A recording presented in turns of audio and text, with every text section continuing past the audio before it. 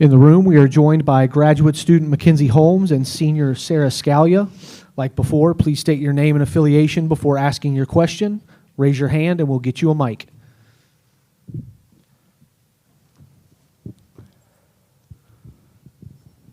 Nick Jenkinson, South Central Indiana News Network. Sara, for you, obviously their coach coached you while you were at Minnesota. Talk about your relationship with her. Are you going to throw anything different that she hasn't seen? Because I'm sure she's got the scouting report on you. And just how excited are you to see her bring her team here? Yeah, I'm definitely excited.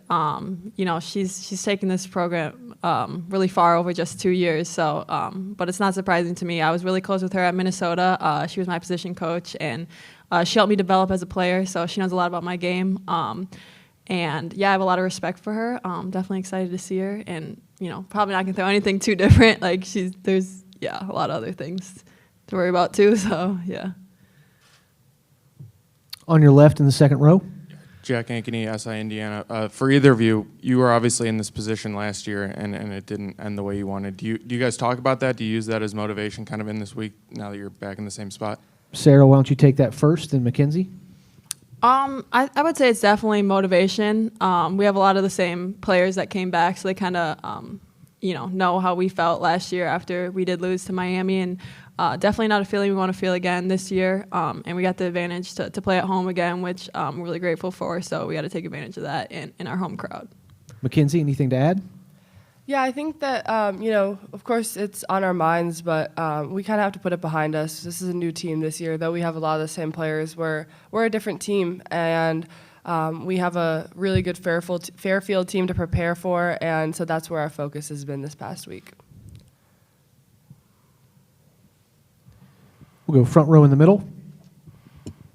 Amanda Foster inside the hall. For both of you, this is your last weekend playing here in Bloomington for Indiana.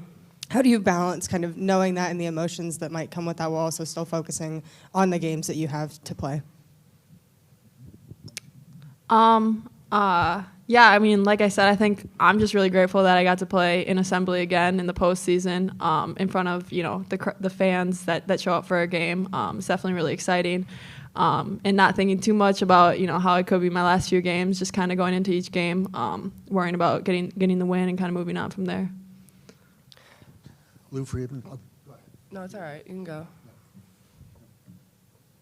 Go ahead, Lou. Lou Friedman, Seymour Tribune. We were just talking to Terry, and I asked her a question about the growth in women's basketball and the attention on it. And she said that you have talked about parity more than this year than before. Do you feel that's definitely something to watch for as we go into this tournament? Is that for me? Yes. Yeah. She cited you by name. Okay. Yeah, I mean, I've said this before, like Coach has said, it's a very exciting time to be a women's basketball player. We have a platform that I don't think that we've ever had before. There's so much great talent, so many great teams, players, coaches. So to be able to play in this tournament specifically is super exciting because I think women's basketball is at an all-time high, and it's just going to continue to grow because of all the talent that we're seeing this year. On your left in the front row. Yeah, Mackenzie, in terms of the knee, are you able to kind of turn the page on it mentally? Is that hard to sort of get past knowing that, it's something that could reoccur? And how have you felt kind of during practice? Terry said you're kind of a constant presence. Just physically, you feel 100% right now? Yeah, I mean, I never go into a practice or go into a game worrying about getting injured. I don't think that's a way to play the game. In fear it's never good for anybody. So that's never something that's specifically on my mind when I'm out there on the court. It's honestly the one place where I feel that I don't have to stress about it. And I know that my training staff and my coaches are making the right decisions to help me feel the healthiest and the best that I can throughout practice and throughout games. Second row on your left. Yeah, Jack Ankeny, SI Indiana. For either of you, just what's been your overall impressions of Fairfield, kind of their style of play, and just how you approach that matchup? Mackenzie, why don't you take that first, then Sara? Yeah, I mean, clearly they're a very good team. Their record shows it. They play fast. They're a quick team. They shoot the ball at a really high clip. They cut well off the ball. They play really fast. So, we've had to really be focused in these last few days of prep of just locking in on knowing their personnel, knowing their pieces. But we're very, very much aware of how talented of a team that this group is coming into Assembly Hall tomorrow. Sara, anything to add? Yeah, just going off that, they do a lot of the little things. They look really connected as a team. So I think we just have to work hard, give it our all, and play our game.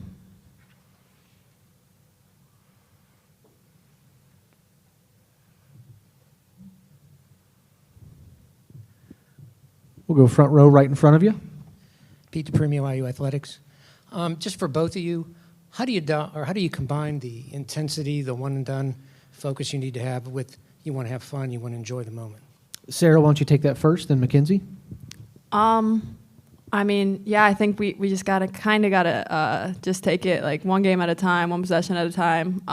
Really just play our game, play connected as a team, and show the work that we've put in these past 2 weeks to prep for this tournament. Yeah, I think that,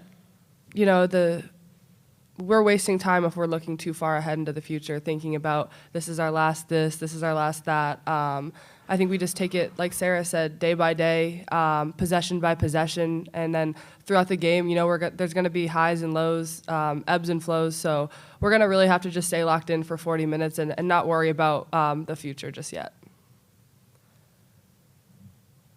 Anything else for the student athletes?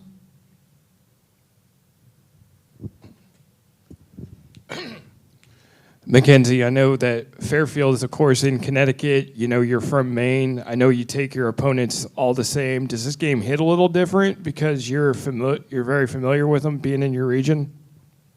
I mean, it's March. Every game hits a little different in March. So that's what I'll say about that. I do know one of their assistants. He was the former head coach at Boston College when I was in high school and was recruited by him pretty heavily. So I know Coach Johnson very well, but I know that they're going to be a very well-prepared basketball team. But just the fact that it's March, that is what the difference maker is in the what's at stake at this game.